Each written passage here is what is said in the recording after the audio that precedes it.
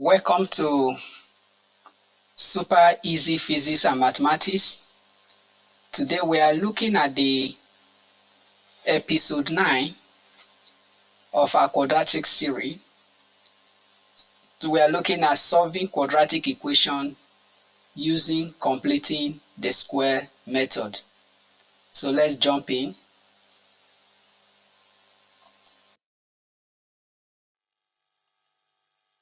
Solve the quadratic equation using completing the square.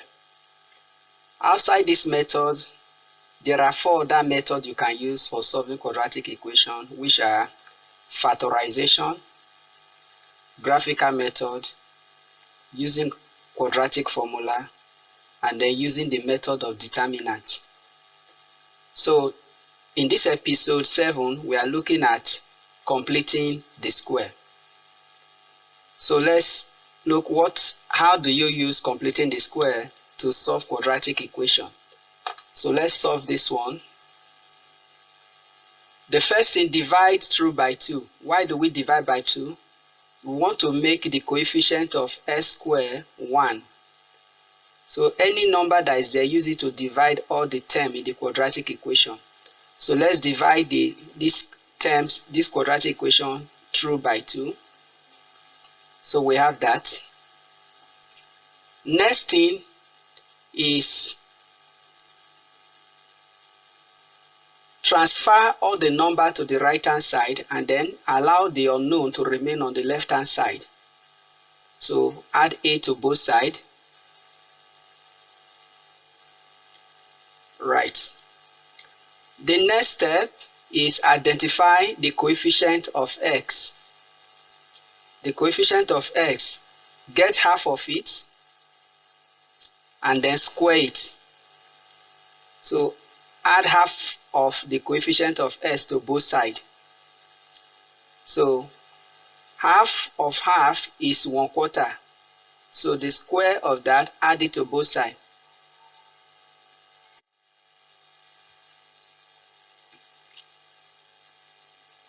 So assuming this is the equation that we have to look for how to identify the coefficient of s. So what will be the coefficient of s? Coefficient of s in this equation is +6. So get half of it. Half of +6 is going to be 3. So you square the 3. That is 3 squared, that will be 9. So in this case, you would have added 9 to both sides, assuming this was the equation. So I'm just looking and giving you a case where you have a whole number equation, quadratic equation that has a whole number as a coefficient of x. So let's move this out. Let's go to our normal equation. So the next thing, let's factorize, simplify the right hand side.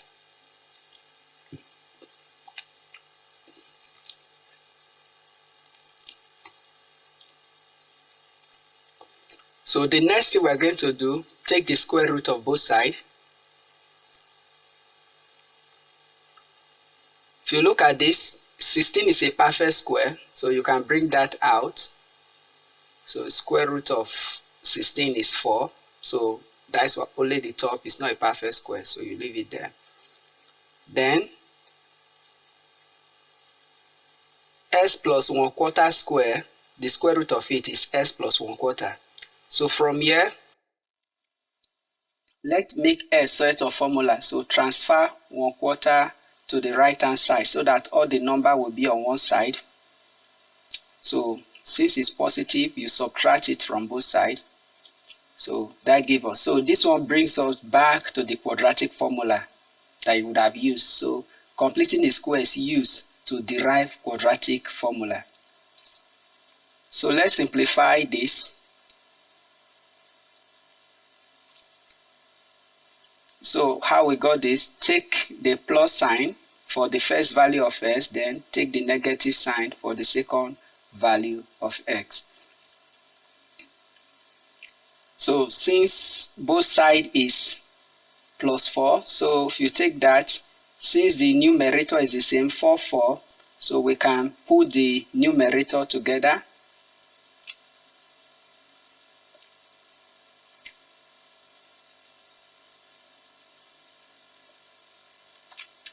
square root of 129 is 11.358 approximately. So let's simplify.